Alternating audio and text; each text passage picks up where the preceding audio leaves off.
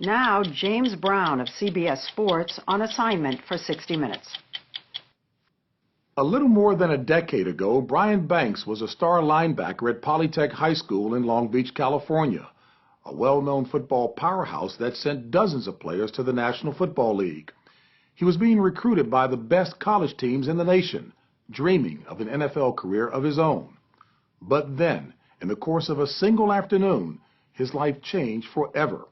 And eventually, the 17-year-old landed in Chino State Penitentiary for raping and kidnapping a female classmate.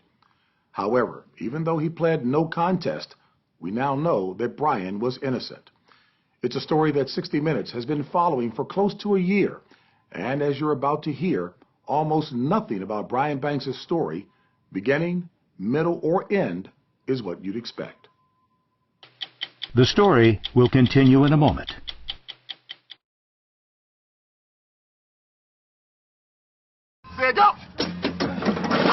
Last May, like every other team in the National Football League, the Seattle Seahawks held a spring mini training camp for players with hopes of making the roster in the fall. Go, quick, by the time, let's go! Amid the many long shots, one player in the number 43 jersey stood out because Brian Banks had not played organized football in 10 years. To have my name on the back of this jersey, to be a part of this team for a day, it's more than I could ever imagine. The last time Brian played football, he was in high school, and he was so good that as a sophomore, scouts from USC had spotted him at a camp, and soon the team's head coach, Pete Carroll, got in touch. I received a phone call from Coach Carroll, and we're offering you a chance to come play for us. And I gave him a verbal agreement saying I'd love to. Everything seemed to be lining up for Brian, until one day at school, he was hanging out with a girl he'd known for years. Her name was Juanetta Gibson. What happened next changed the course of Brian Banks' life forever. We made our way to this area and pretty much began making out. We kissed, we touched, but we never had sex. No argument? No argument.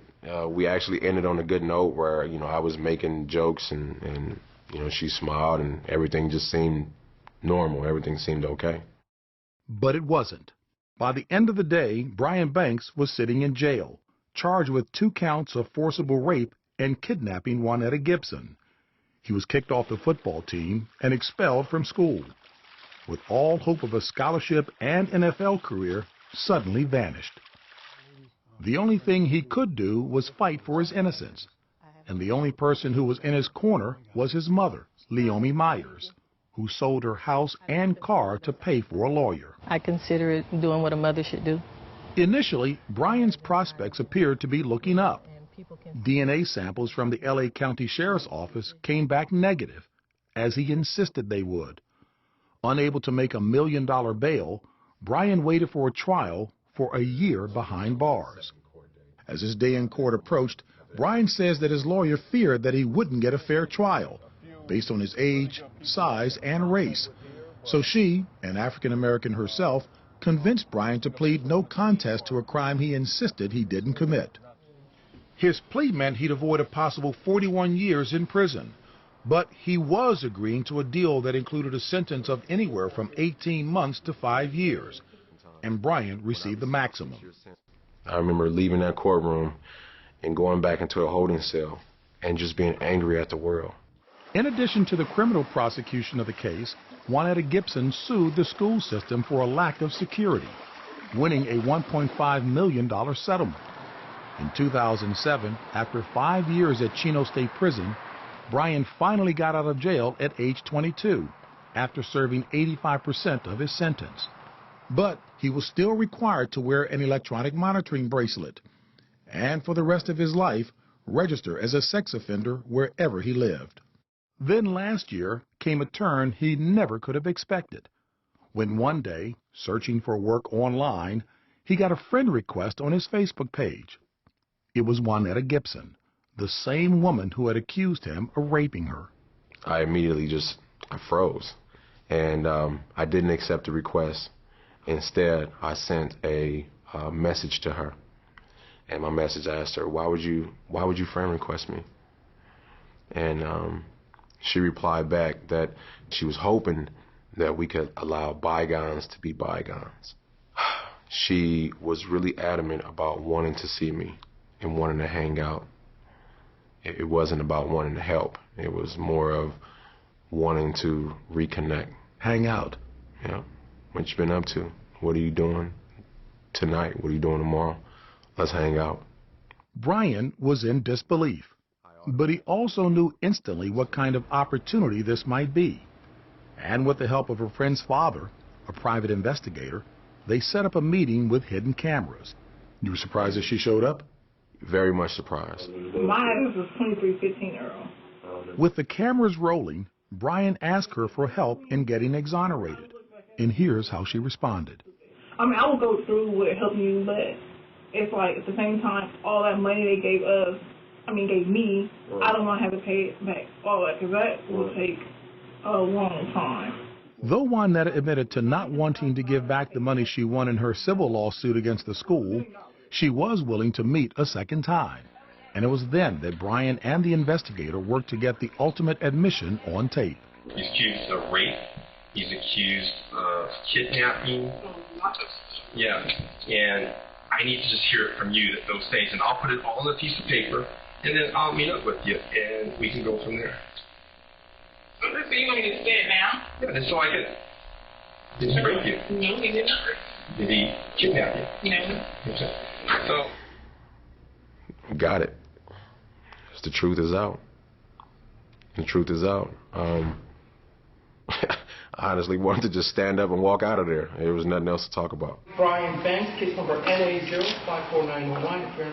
And with the help of the California Innocence Project, Brian took the taped confession to the district attorney's office, who viewed the new evidence, met with Juanetta Gibson, and then agreed to recommend to the judge that Brian be exonerated. The people's motion to dismiss this case pursuant to Section 1385 Anything else? Nothing.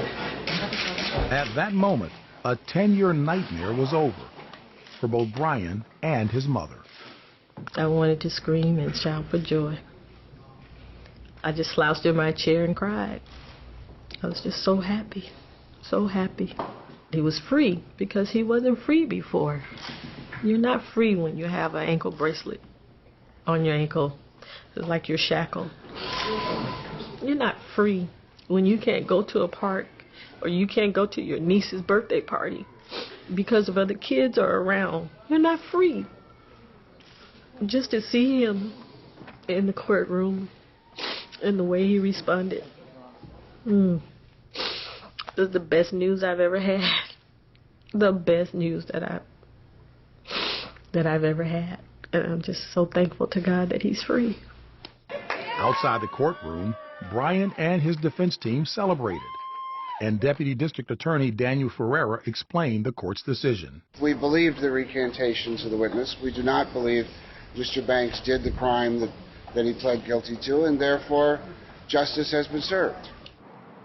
Banks went straight home that night, where, as this cell phone video shows, he wasted no time in getting rid of the device that he had been wearing for 5 straight years. We are free. Out. Yes. Brian Banks' original defense attorney, Elizabeth Harris, declined to talk to 60 Minutes, as did Juanetta Gibson, who has not returned the money she won in her lawsuit. For its part, the school district has not reached out to get it back. You still have no hopes or desires that she be gone after aggressively? No, none whatsoever. Why not? My main focus has just been on me. And from day one, that focus meant football, even if now playing in the NFL was more of a long shot than ever. Go! But the next turn his story took was another dose of the improbable. A few days after I was exonerated, I got a phone call from a 213 number, and I'm like, hello? And the voice on the other end goes, yeah, I'm looking for a linebacker. You know where I can find one? I said, yeah, you got the right number. Who is this? He said, it's Coach Carroll. The same Coach Carroll who'd been interested in Banks 10 years earlier as head coach at USC. Now, Pete Carroll was coaching the Seattle Seahawks, and he had a crazy idea. Extend an invitation to Brian who hadn't played football since his junior year of high school, to try out for his NFL team. Well, I told him how what a shot in the dark this was for him. It's such a long shot. Our guys have prepared their whole lives and never have missed a beat, and he missed 10 years. It's probably changed since the last helmet that you wore. But Carroll felt Banks deserved a chance, which is how, just 14 days after leaving the California courtroom, he found himself in Seattle this past June, alongside dozens of other Seahawk hopefuls under the watchful eye of Pete Carroll and his staff. Appreciate it, Coach. Okay, buddy. Thank you very much. Take care of business. Which included former NFL All-Pro Ken Norton Jr. Stand out front, someone call your name. Come on. You can't be in the back of the group. The hurdles weren't just physical. So you cheated the offset back really good. There was also the matter of making up for lost time in the film room. It's all about the eyes. Once a running back sees you running... Seattle was one of 6 NFL teams that gave Banks a tryout. But ultimately, he didn't make it onto any NFL rosters. I was really hopeful that something good was going to happen. But in the workout, you could see that he just couldn't make up the ground. And those 10 years, I don't know who could have. He may not have been able to get past an NFL practice field, but that wasn't the end of Brian Banks' football season. Because there was another pro team interested in giving him a shot. The Las Vegas Locos, part of the fledgling United Football League. And that's how, in September, there was Brian Banks on the Locos' opening kickoff of the season. I ran down the field and got blindsided, and I got up and I was just like, yeah, I'm playing football. The United Football League ended up folding in October, and Brian Banks still hasn't gotten a paycheck. But that didn't put too much of a damper on the experience of being a professional football player.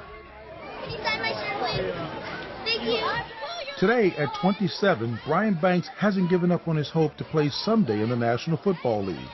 And at this moment, Banks is in negotiations with several NFL teams for this upcoming season. If it doesn't happen, it doesn't define me.